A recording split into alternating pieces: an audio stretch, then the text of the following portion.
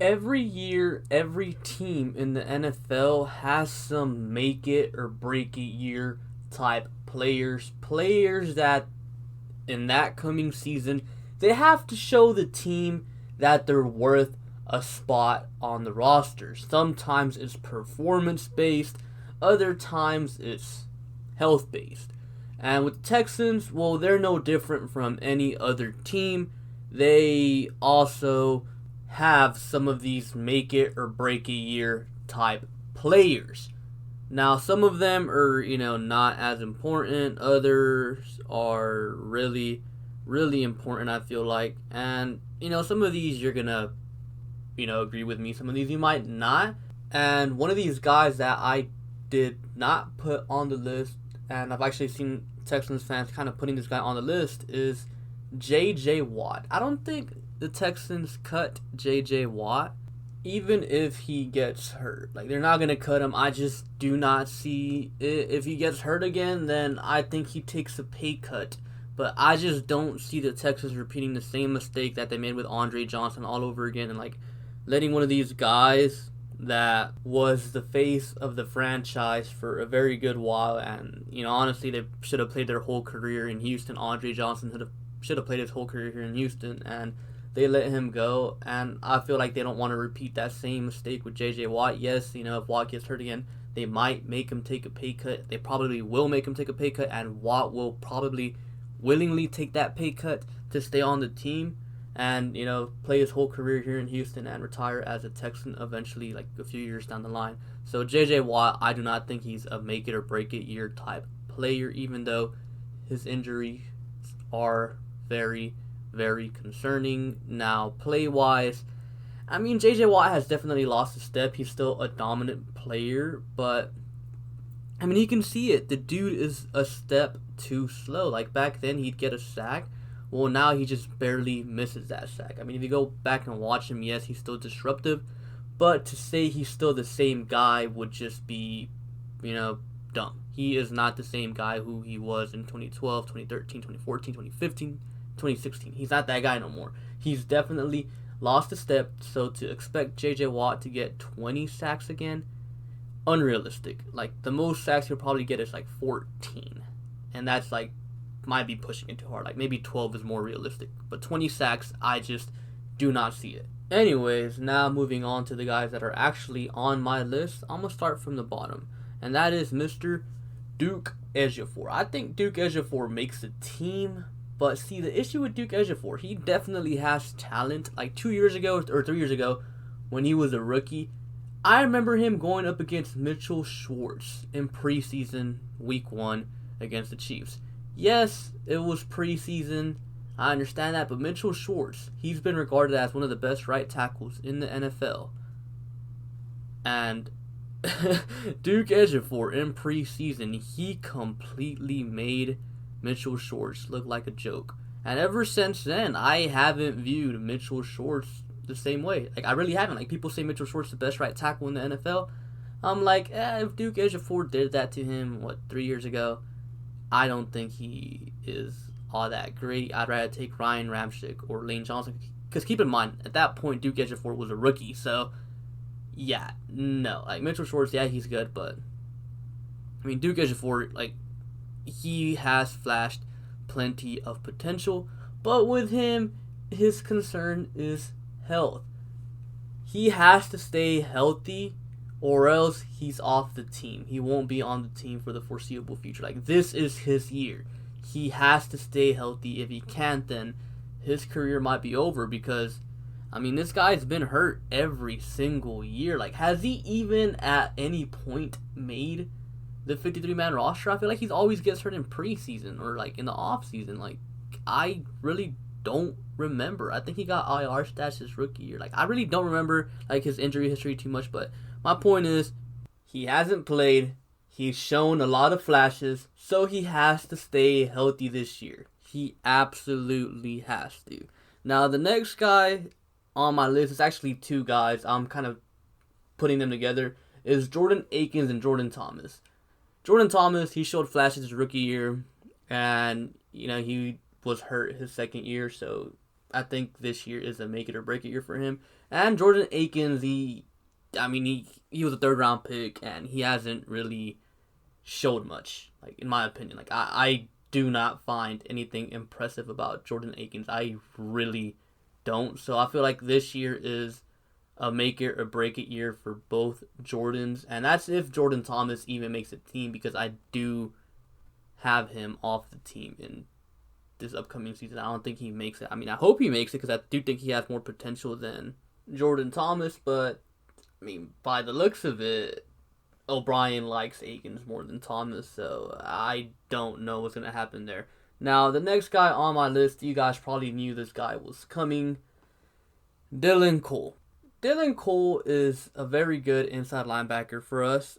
I mean, he can literally be that third down sub-in linebacker next to Cunningham that we need. You know, McKinney, good run stopper, can't cover, so we need to sub him out, sub him in with Dylan Cole. Issue is, Dylan Cole can't stay healthy.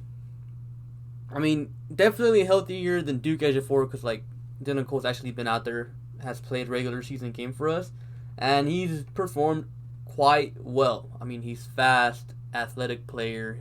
You know, he can cover. That's the type of player he is. You know, you ask him to stop the run, not so good. He's 6'1". You know, he gets swallowed up by the offensive lineman.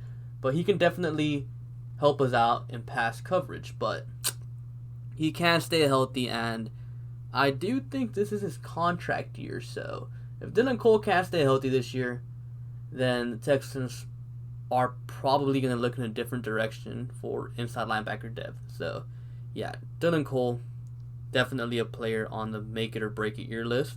And the next guy, this guy is actually a new addition to the team, and that's David Johnson. David Johnson hasn't really been too good since 2016, hasn't been too healthy since 2016, and him coming over here, he has 2 years left on his deal. Both those years are pretty expensive. So if David Johnson doesn't perform well this year and doesn't stay healthy, then there's a very good chance the Texans cut him to save like $7 million cap around there in following season. And if the cap space does go down how it's rumored to be going down, then that cap space is going to be needed a lot. So they would definitely cut him. But if he were to stay healthy and have a decent season, let's say 1,200 rushing yards and 400 receiving yards and 10 total touchdowns, a decent season. If he has that, then I could see the Texans restructuring his contract and keeping him for a year. But if he can't stay healthy, can't perform well, then I think he's gone. I really do. I don't think the Texans would hold on to him for almost 10 mil. They'd rather just cut him and go look for a running back, maybe in the draft, pick one in the 4th round, and he could probably end up doing just as good as David Johnson if he can't stay healthy or go back to at least somewhat 2016 form. Like, obviously, he's never ever going to be 2016 David Johnson, but he can maybe get somewhere close to that. So not only is this a make it or break it year for David Johnson on the Texans, I also feel like this is a make it or break it year for David Johnson in the NFL.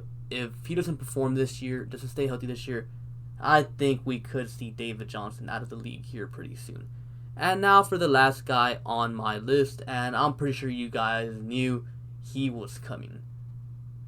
Will Fuller. Now, Will, when he plays, the dude stretches the field. He can go off any game, and when I mean go off, I mean go off. Like 6 receptions, 150 yards, and 2 touchdowns type of going off. This dude is dangerous. Now look, I always said DeAndre Hopkins is the Texans' best wide receiver, but Will Fuller is the most dangerous. And on this team, I still feel like it's true. I think, Brandon Cooks might be our best wide receiver, but I feel like Will Fuller is just more dangerous. This dude can just go off any game. He can shred any team. His speed is just different. The only guy in the NFL who, in my opinion, can do what Will Fuller does is Tyreek Hill. Like, Tyreek Hill and Will Fuller, they just have a different gear, it feels like a different type of speed. Now, of course, there's some other fast guys in the league. I mean, we even got Brandon Cooks, but I just feel like Will Fuller, he's just built different, man. But unfortunately, Will Fuller can't stay healthy. So this is definitely a make it or break it year for Will Fuller on the Texans. Now, look, when he's on the field, obviously he performs, but he's never on the field. I'm not even sure if he's played more than 12 games with us in the season. Like, it's either, he slips on an ice cube and breaks his ribs, or his hamstring starts bothering him. It's always something with Will Fuller. But if Will Fuller, and he's been working really, really, really hard, and O'Brien even said he expects Will Fuller to play all 16 games this year.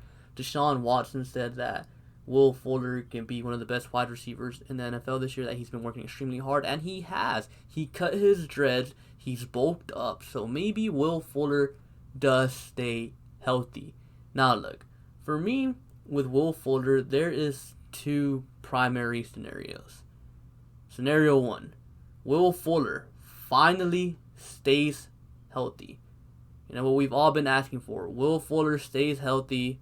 He plays all 16 games. And if that happens, Will Fuller will have an amazing season. I'm talking about like 85 receptions, 1,300 yards, and like 12 touchdowns. If that happens, the Texans will not be able to afford Will Fuller. They won't. So Will Fuller will go on to play for another team. Option 2, the more likely scenario. Will Fuller gets hurt again, and the Texans decide to move on from him. So, in my opinion, the chances of Will Fuller being on this team past this year are very, very slim. I think the chances of Will Fuller being on this team are like 10%. I mean, there is other options. Like, for example, Will Fuller gets hurt. Maybe the Texans keep him on a cheap deal, like a 3-year deal worth, I don't know, maybe 18 mil with like injury incentives and all that stuff. Or maybe if Will Fuller goes off and stays healthy all 16 games, yeah, they can't afford him, but they decide to franchise tag him. So there is a small chance that Will Fuller will be on the team beyond this season, but I do think it's small. So even though it is a make it or break it year for Will Fuller on the Texans, I do think that the chances of him being on this team long term aren't very likely. So even though it is a make it or break it year for him, I think that it's not really going to be a make it type of thing, because he's not going to be on the team for the foreseeable future, I guess, if you could say, if that makes sense.